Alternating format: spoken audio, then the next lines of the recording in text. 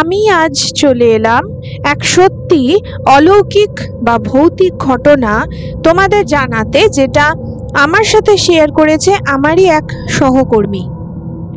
আমি যে ঘটনাটা এখন শেয়ার করব সেটা খুব সেন্সিটিভ একটা ঘটনা, তাই ঘটনার স্থান এবং যে মানুষগুলোর সাথে ঘটেছে ঘটনাগুলো তাদের আসল নাম বলবো না। এই ঘটনাটা আজ থেকে 30 বছর আগেকার কথা। পশ্চিমবঙ্গের একটি গ্রামের একটি পরিবার, যেই পরিবারের নাতনি আমার ওই সহকর্মী। যদিও আমার সহকর্মী তার বাবা মার সাথে থাকতো কলকাতা শহরেই, কিন্তু তার ঠাকুরদাদা ঠাকুমা, 2 কাকা ও এক পিসি থাকতো গ্রামের বাড়িতেই। চিমচাম মধ্যবিত্ত পরিবার যেমন হয় তেমনই ছিল এই পরিবারটি।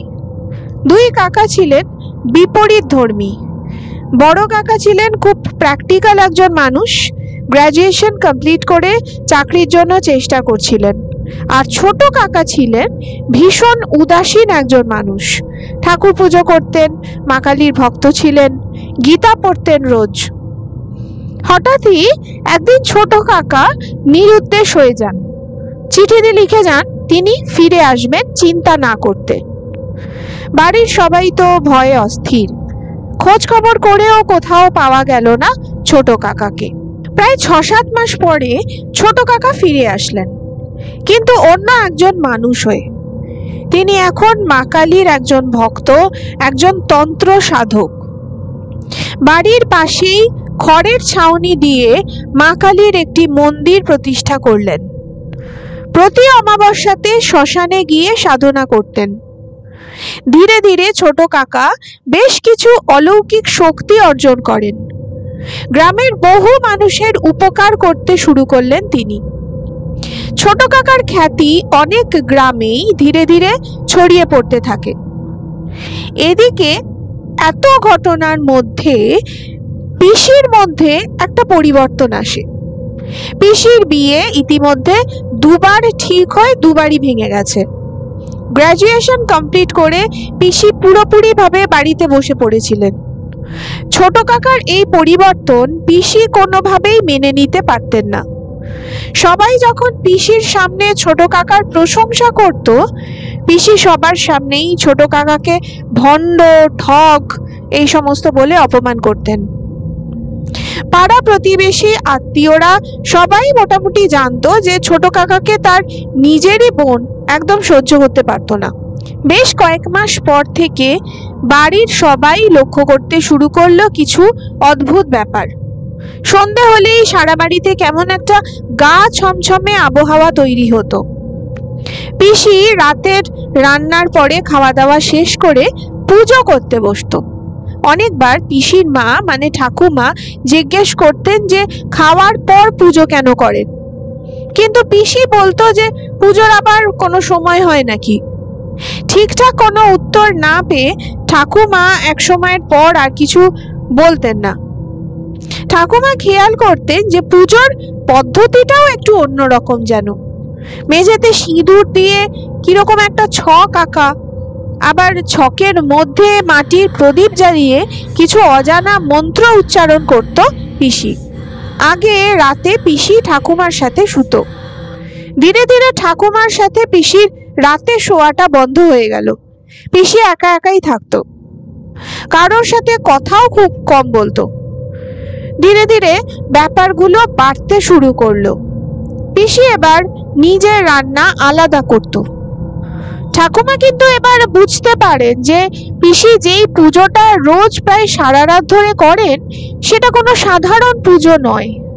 পিসিকে একদিন ঠাকুমা বলার জন্য খুব জোরাজুরি করলে পিসি বলে যে পিসি নাকি তার ভাইয়ের মতো সাধনা করছে, তবে পিসির সাধনার পথ ছোট কাকার সাধনার পথের থেকে একদম বিপরীত ধর্মী এবং অনেক শক্তিশালী।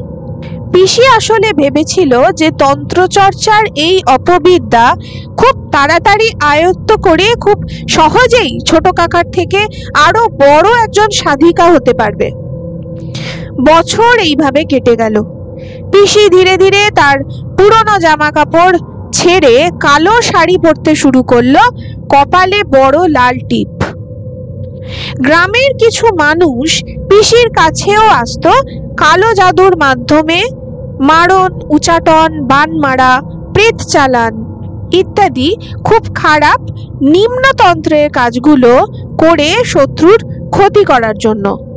কিন্তু অদ্ভুত ব্যাপার কি জানো, এত কিছু যার ওপর প্রতিশোধ নেয়ার জন্য করা, সেই ছোট কাকা সবকিছু বুঝেও না বোঝার মতোই থাকতেন। নিজের মন্দির আর মা কালীর পুজো নিয়েই তিনি ব্যস্ত থাকতেন। গ্রামের সবাই ছোট কাকাকে বলতো ভোলা বাবা। একই বাড়ির বড় উঠোনের বিপরীত দিকের দুটো ঘর ছিল ছোট কাকা আর তার বোনের। মাঝে মাঝেই ছোট কাকা অসুস্থ হয়ে পড়তেন, আবার দু একদিনের মধ্যেই সুস্থ হয়ে যেতেন। এদিকে পিসি কিন্তু আরো গভীর তন্ত্রচর্চা করতে শুরু করলো। রোজ রাতে পুজোর সময় খুব খারাপ কিছু পোড়ার গন্ধে ভরে যেত সারা বাড়ি। এর কয়েকদিন পর থেকে শুরু হলো অদ্ভুত একটা ব্যাপার। ব্যাপারটা যতটা অদ্ভুত তার থেকেও বেশি ভয়ের। প্রতি অমাবস্যার পুজোর পরের দিন থেকে পিসি একদম পাগলের মতো আচরণ করতে শুরু করলো। খাওয়া দাওয়া বন্ধ করে দিত, সারাদিন বিড়বিড় করে কি সমস্ত যেন বলতো, আর শুধু বলতো কাকে খাবো, কাকে খাবো। ওই সময় ভয়ে কেউ খুব একটা পিসির ঘরে যেতও না। একবার কি হলো, সকালবেলা বাড়ির দরজার বাইরে একটা ছাগল ঘাস খাচ্ছিল। সেদিনও ছিল অমাবস্যার পরের দিন। পিসি কাকে খাবো, কাকে খাবো, কাকে খাবো বলতে বলতে উঠোনে এসে দরজার বাইরে ছাগলটাকে দেখেই বলতে লাগলো, আজ তোকেই খাবো, খুব খিদে পেয়েছে আমার, তোকেই খাবো, আজকে তোকেই খাবো। সবাই খুব ভয় পেয়ে যায়। পরের দিন সকালে বাড়ির পাশে পুকুরের ধারে ছাগলটার মৃতদেহ পাওয়া গেল। মৃতদেহে কোনো আঘাতের চিহ্ন ছিল না, শুধু মনে হচ্ছিল কেউ যেন প্রাণটাকে খুব নিখুঁতভাবে বের করে নিয়েছে। এই ঘটনায় রীতিমতো ঠাকুমা, বড় কাকার পরিবার সবাই ভীষণ আতঙ্কিত হয়ে পড়ে।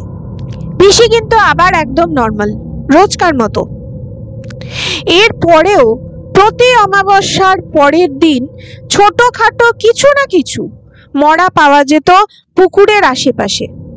ব্যাপারটা এতটাই ভয়ের সৃষ্টি করলো যে বড় কাকা এবার ভাবলেন যে তার বোনের সাথে এই সমস্ত নিয়ে সরাসরি কথা বলবেন এবং এই সমস্ত বন্ধ করতে বলবেন। কিন্তু পিসির ভয়, ঠাকুমা ছাড়া কেউ আর ওই দিকে খুব একটা যেতেই ভয় পেত। একবার অমাবস্যার পরের দিন ঠাকুমা পিসির ঘরে যায়। পিসি আবার বলতে থাকে, আজ কাকে খাবো, আজ কাকে খাবো। ঠাকুমা এইভাবে সন্তানকে নিয়ে এই কষ্টটা কিছুতেই সহ্য করতে পারছিলেন না। শুধু সন্তান বলে তার কোনো ক্ষতি চাইতেন না, কিন্তু দিন রাত ভয় থাকতেন পিসিকে নিয়ে। তাই পিসির মুখে কাকে খাবো, কাকে খাবো শুনে রাগে অভিমানে ঠাকুমা বলে ফেলেন যে, তুই এক কাজ কর, সকালে উঠে আমাদের মধ্যে যাকে প্রথম দেখতে পাবি তাকেই তুই খাস। এদিকে ছোট কাকা দুপুরের পর বড় কাকা আর কাকিমাকে ডাকেন তার ঘরে। ছোট কাকা বলেন যে, আজকের রাতটাই আমার শেষ রাত, কালকে রাত আমি আর দেখতে পাবো না। আমার মৃত্যু হলে বাড়িতে দেখবে সব ঠিক হয়ে যাবে, কোনো অমঙ্গল আর হবে না। তবে আমার মৃত্যুর পর বাড়িতে আরেকটা মৃত্যু হবে। আমি মারা যাবার পর আমার শ্রাদ্ধ শান্তি করে তোমরা কালীমার ঘরে যাবে। সেখানে মূর্তির পিছনে মাটির নিচে আমার প্রাণটা পাবে, যেটা তখন নষ্ট হয়ে যাবে। সেটাকে নিয়ে বাড়ির মাঝ বরাবর মাটিতে পুঁতে দেবে গোপনে। তাহলেই দেখবে আর কোনো চিন্তা থাকবে না। এই ঘটনার সবচেয়ে অবাক হওয়ার মতো ঘটনা এটাই যে পরের দিন পিসি সকালে উঠেই ঘর থেকে বেরোতেই দেখতে পায় ছোট কাকা দাঁড়িয়ে।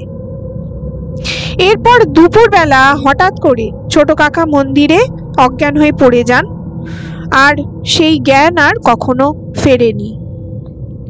বাড়িতে শোকের ছায়া নেমে আসে। সবাই বুঝতে পারে যে কিভাবে হঠাৎ করেই ছোট কাকার মৃত্যু হলো।